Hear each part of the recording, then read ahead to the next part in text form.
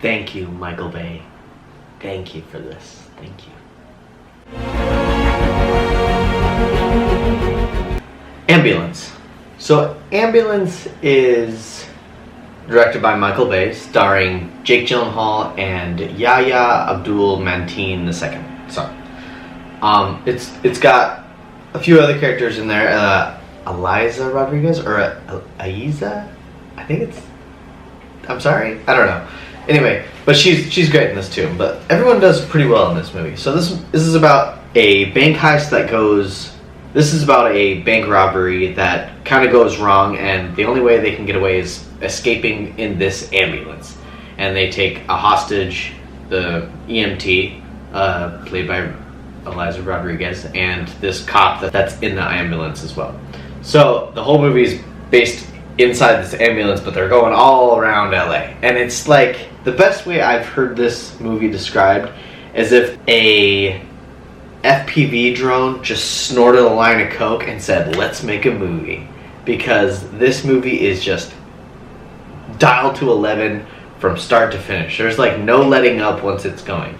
And I appreciate that. That's why I thank Michael Bay for this. This is just like a popcorn movie for popcorn movies. It's great.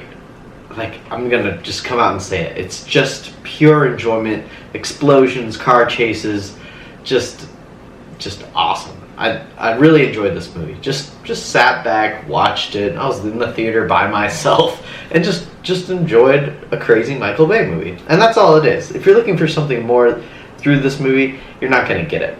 The performances by the actors are really good. Some of the lines that Jake Gyllenhaal has don't quite land with me. Another thing that kind of took me out of the movie, and this is by far the worst nitpick I'm gonna do, is like the whole movie is centered around like getting around downtown LA. So if you're familiar with the downtown LA area, it kind of takes you out of the movie because you're like, why are they driving by the Bonaventure Hotel when they just passed City Hall, but there's the Commercial Exchange building? So like, if you're familiar with it, you just kind of see things in the background. You're like, that they're going the wrong way on that street, and it just kind of takes you out of the movie. And but if you don't know LA, that's fine. It's just a movie.